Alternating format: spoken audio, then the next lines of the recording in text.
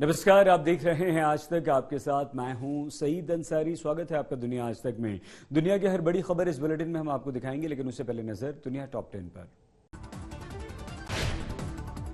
Ukraine की सेना ने किया बड़ा खुलासा। अब तक रूस के 21,200 से ज्यादा सैनिकों की मौत, 838 टैंक तबाह, 175 जहाज, 153 हेलीकॉप्टर हमने किए बर्बाद।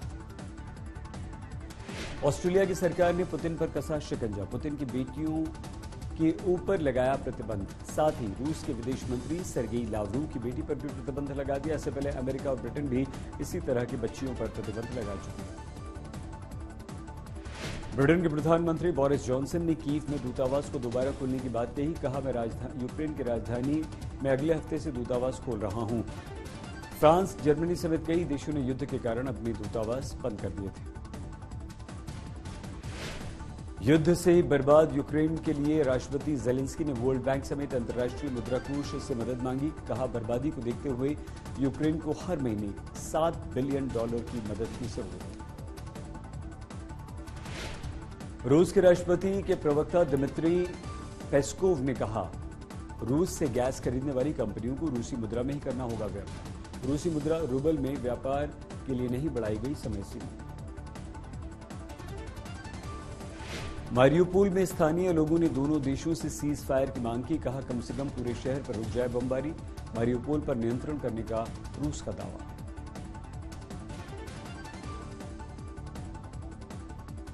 इस्राएल की राजधानी यरूशलेम में मौजूद अल अक्सा मस्जिद में फिर से हिंसा। मस्जिद में पुलिस से भिड़ गए नमाज पढ़ने वाले श्रद्धालु, 30 से अधिक घायल। अल अक्सा में लगातार हिंसा हो रही है, संयुक्त राष्ट्र ने जताई चिंता।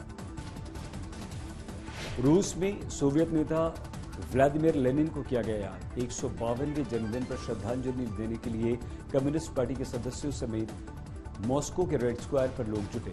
जुलूस में सैकड़ों लोग शामिल। रूढ़िवादी ईसाइयों ने यरूशलेम में मनाया गुड फ्राइडे। पारंपरिक ढंग से लोगों ने पूजा अर्चना की। रूढ़िवादी ईसाई वो लोग हैं जो जूलियन कैलेंडर और उसके तरीकों को मानते हैं। नामी फुटबॉल क्लब चेल्सी को खरीदने के लिए मशहूर टेनिस खिलाड़ी सेरेना विलियम्स और फॉर्मूला 1 चैंपियन लुइस हैमिल्टन ने जताई इच्छा। जानकारों ने $4 बिलियन तक चेल्सी की बिकने की संभावना जताई। यरूशलेम की अल अक्सा मस्जिद में इस्राएल के सैनिकों और फलस्तीन के लोगों के बीच शुक्रवार को जमकर हिंसा हुई। अल अक्सा मस्जिद को मुसलमानों का तीसरा सबसे पवित्र स्थल माना जाता है। यहां एक दिन पहले गुरुवार को भी इस्राएली पुलिस और मुसलमानों के बीच जबरदस्त भिड़ंत हुई थी।